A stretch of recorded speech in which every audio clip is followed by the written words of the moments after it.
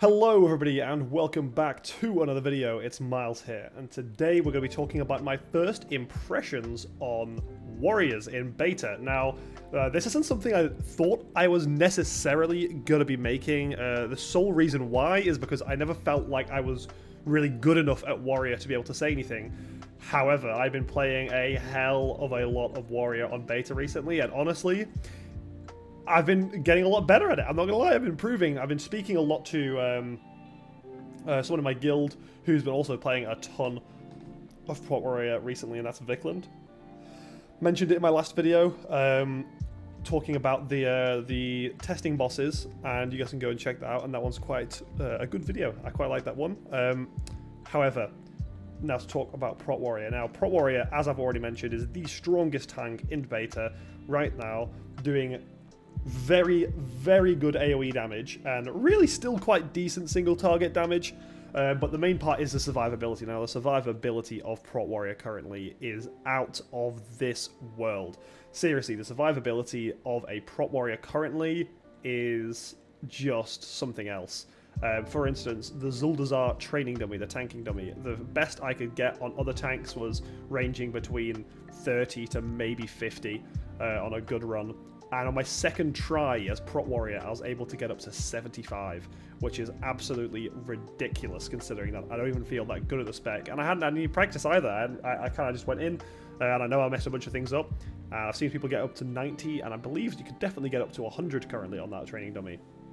It's a bit mental how powerful Prot Warrior really is, and in AoE damage, you know, it's rivaling DPS classes at the moment. Now, granted, tuning is yet to go through, and on top of all of that as well, you know, we could still see some talent tree changes, because we're probably going to see a lot of changes still to Prot Warrior in general. However, its current state is really, really good. You're keeping up really high uptime on your, you know, shield block, usually about 100%, but it might dip down depending on what's going on in the fight, etc., etc. You're mitigating over 90% easily of all sort of melee attacks or anything like that.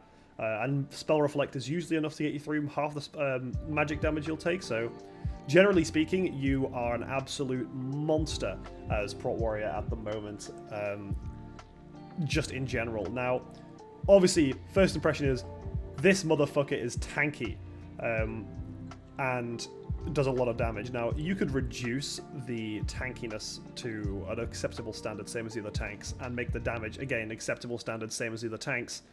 But I'm going to tell you right now, I still think Prot Warrior will be one of the best. I'll quickly explain as to why. So first of all, obviously it gives you a raid buff, which is fine, it's good, it's chill.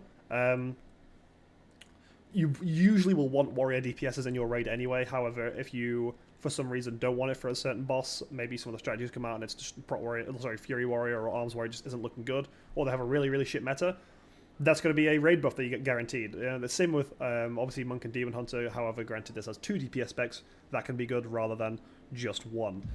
Now, obviously, that's a really nice one. But second of all, the amount of utility that Prot Warrior, or just Warrior in general, is looking to have going into Dragonflight is kind of outrageous. Now, the biggest one I want to talk about is, I forgot the name of the talent, but it's basically a mass grip similar to Gorfien's Grasp, but wherever you've landed with your Heroic Leap, which is kind of insane, I'm not gonna lie.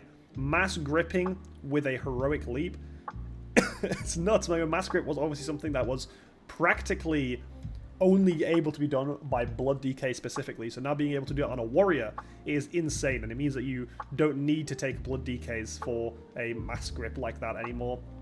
Or just DKs in general if the enemies are closer together. Granted, you might still want a normal death grip for mobs that are quite far away. However, this mass grip on Heroic Leap is just insane. It's so good.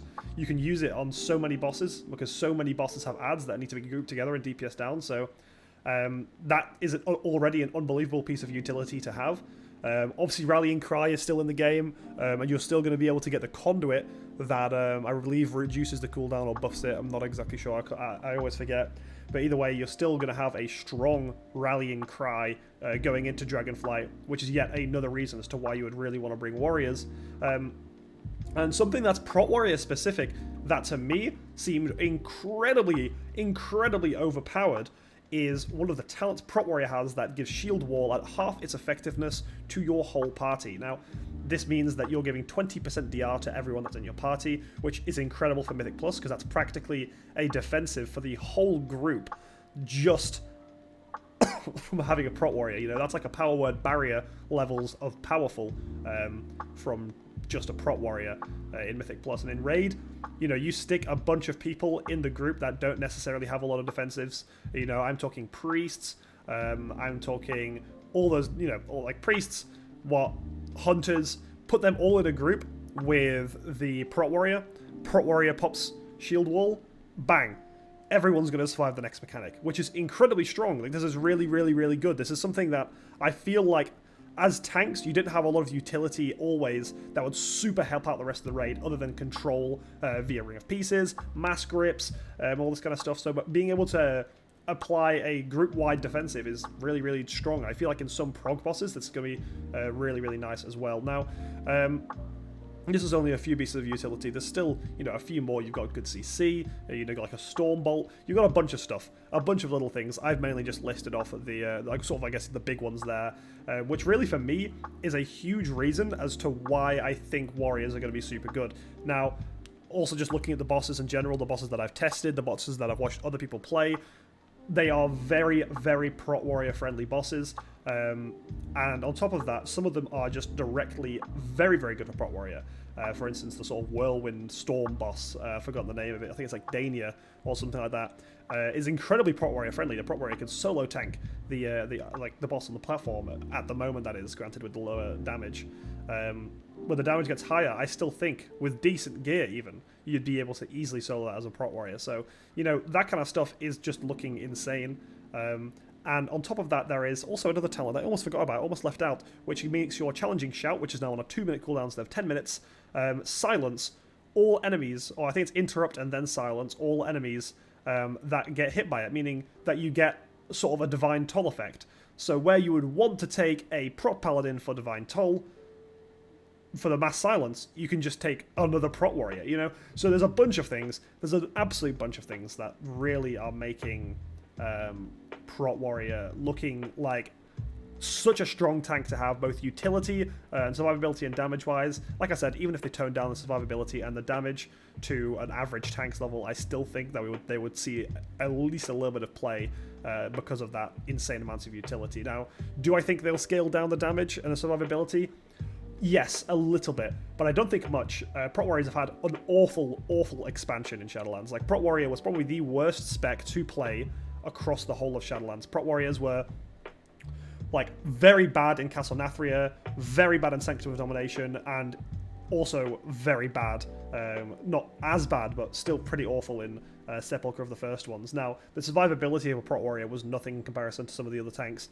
The damage was decent in single target in in Sepulchre of the First Ones, but outside of that was really average and wasn't necessarily the best, really. So the only thing they had going for them is their damage in the last tier, but that was only after everyone had really, really good gear and you were able to just sit there and execute bosses. So realistically, at the end of the day, they had a pretty shocking expansion. So I think in a way Blizzard does owe it to Warrior players to sort of make Prot Warrior decent again.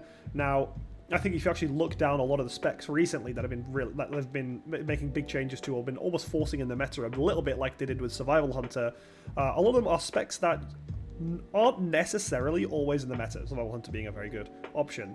And obviously, like, Brewmaster being such an awful tank right now in beta does show that I think Blizzard is really just trying to give more classes that haven't been that good in Shadowlands a bit more time in the limelight, and like overall trying to mix up the meta a fair bit, which I think is really, really good.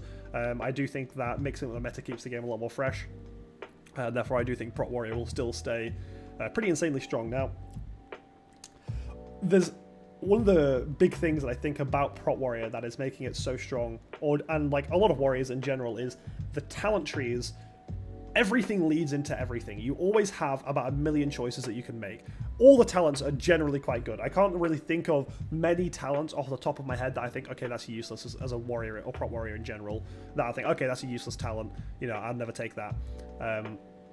But for instance, just because of how many options that they have, because every single point leads to like loads of different spaces. You know, some points lead to like 4 spaces or 5 spaces.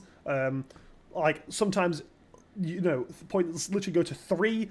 So if you want to get something that's down that sort of row, you just have loads of options to get down that part of the talent tree. And being such a versatile talent tree like that means that you can get all the specific things that you need without seriously having to change your build like you would for other tanks.